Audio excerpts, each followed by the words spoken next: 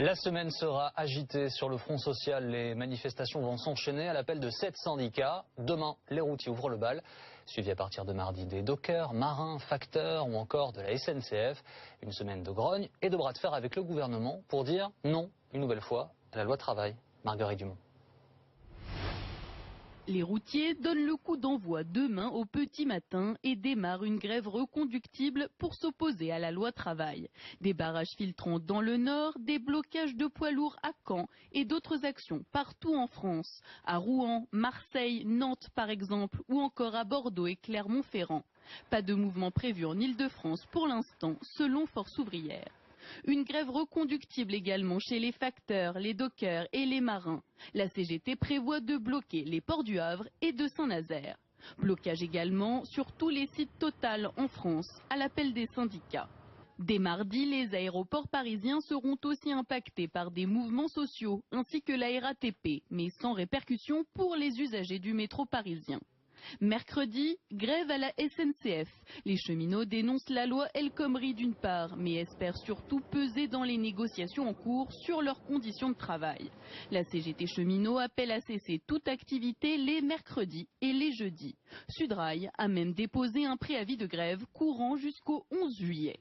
Une mobilisation en entraîne une autre. Le même jour, les policiers descendent dans la rue pour dénoncer la haine anti-flic de certains manifestants. Enfin, les opposants à la loi travail vont à nouveau battre le pavé mardi et jeudi dans plusieurs grandes villes de France. Il s'agit des 6e et 7e manifestations en un peu plus de 2 mois. Bonsoir Nathalie Arthaud. Merci d'être avec nous. Vous êtes porte-parole de Lutte ouvrière, candidate à l'élection présidentielle. Est-ce que cette semaine de mobilisation peut conduire, selon vous, au retrait de cette loi travail ? J'espère, en tout cas moi je milite dans ce sens, parce que effectivement, tant que la mobilisation dure, bah oui, on peut faire pression sur ce gouvernement, parce que il peut peut-être clore le débat en utilisant l'article 49.3, le débat donc au Parlement, mais il ne peut pas étouffer la colère, et il ne peut pas enterrer la mobilisation. La mobilisation, elle dépend effectivement des routiers, des cheminots, de tous les salariés, parce que il y a aussi 2 journées de grève et de mobilisation qui sont appelées par tous les syndicats mardi et jeudi, et j'espère que justement, y compris cette tentative de passage en force, elle va donner une raison supplémentaire à d'autres salariés de se mobiliser, nombreux cette semaine. Est-ce que c'est pas illusoire? Si le gouvernement est passé par le 49.3, c'est qu'il a envie d'aller au bout de sa réforme, c'est qu'il y croit. Oui, enfin, vous savez, tout le monde, tous les premiers ministres et les gouvernements le disent dans la même situation. Moi, je me souviens très bien de Juppé en 1995 qui expliquait qu'il resterait droit dans ses bottes, que jamais il ne renoncerait à sa réforme. Et puis, au bout du compte, il y a renoncé. En 2006, Dominique Villepin avait non seulement fait voter le CPE, mais il l'avait promulgué. Et puis, la mobilisation s'était poursuivie. Et finalement, ce CPE, eh bien, il est allé à la poubelle. Donc c'est une question de rapport de force. Mais vous savez, même au-delà de la loi El Khomri, je crois qu'en réalité, il y a une colère qui est bien plus générale.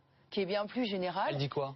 Elle dit que ça suffit avec ces sacrifices qui sont toujours pour les mêmes, toujours pour les salariés, pour les plus précaires, pour les classes populaires. Quand on voit cet argent, quand on voit les grandes fortunes qui prospèrent, quand on voit les salaires des PDG mais qui sont insultants, on voit des rémunérations à 300, 400 fois le SMIC, et que ce sont les mêmes PDG qui expliquent aux ouvriers qu'il faut faire des sacrifices, qu'il faut faire des efforts, qu'ils sont trop bien payés, qu'ils ont trop de droits, qu'ils ne travaillent pas assez. Donc il y a un ras-le-bol général, à la fois de cette pression au quotidien au travail et de ces mesures anti-ouvrières du gouvernement qui ne font qu'empirer la situation. On peut ne pas être d'accord politiquement avec ce gouvernement, mais vous ne pouvez pas, Nathalie Arthaud, lui prêter des idées qui seraient autre que la lutte contre le chômage. C'est bien son objectif. Ah oui, alors écoutez, comment peut-on lutter contre le chômage si on met en place une loi qui va allonger le temps de travail? C'est comme ça que nous allons créer des emplois pour que les jeunes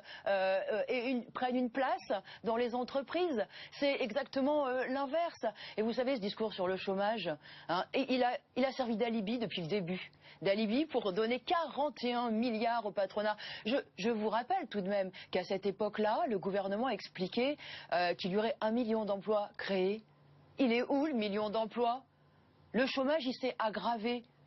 Et la précarité s'est aggravée. Donc voilà, on se sert de ce... Vous savez, j'entends beaucoup, on n'a pas tout fait pour lutter contre le chômage. C'est vrai, d'accord. On n'a pas tout fait. En particulier, on n'a pas interdit à tous ces grands groupes bancaires, d'assurance, d'automobiles de supprimer des emplois. On n'a pas fait en sorte de répartir le travail entre tous et effectivement de créer des postes pour les jeunes. C'est l'inverse qui se passe aujourd'hui. On surcharge de travail ceux qui en ont un et les autres, on les condamne au chômage. C'est logique ça? Oui, c'est logique pour le patronat, pour qu'il fasse plus de profit. Mais pour les travailleurs, non, ça ne l'est pas. Donc vous estimez clairement que le gouvernement est l'ami des patrons, qu'il fait ça pour servir ses copains?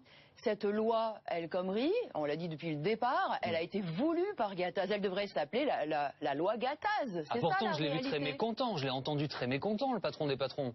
Disons que le texte avait été dénaturé, que les angles avaient été trop arrondis, que ça n'avançait pas dans le bon sens. Évidemment, parce que ils ont l'habitude, hein, vous savez, ils pleurent parce que voilà, ils en veulent toujours plus. C'est un petit peu le principe de l'enfant gâté. Hein. On lui avait promis le gros cadeau, il est un petit peu déçu. Voilà, mais la réalité, c'est qu'il a eu ce qu'il voulait. Cette loi, elle va autoriser le patronat à allonger le temps de travail, y compris à fixer effectivement une majoration des heures supplémentaires inférieure à 25%. C'est la raison pour laquelle les routiers seront en mobilisation demain. Ils ont bien raison, parce que c'est ce qui risque de se passer, effectivement. Et chaque patron pourra le faire à l'échelle de son entreprise. Donc il y aura des négociations et un mandatement social. Mais vous savez, c'est très facile, parce que le chantage à l'emploi, tous les patrons savent très bien le faire. Alors moi, ce que j'espère, c'est que le gouvernement, et je suis convaincu, qu'il n'en a pas fini avec la contestation. Merci beaucoup Nathalie Arthaud d'avoir été avec nous ce soir dans Grand Angle sur BFM TV.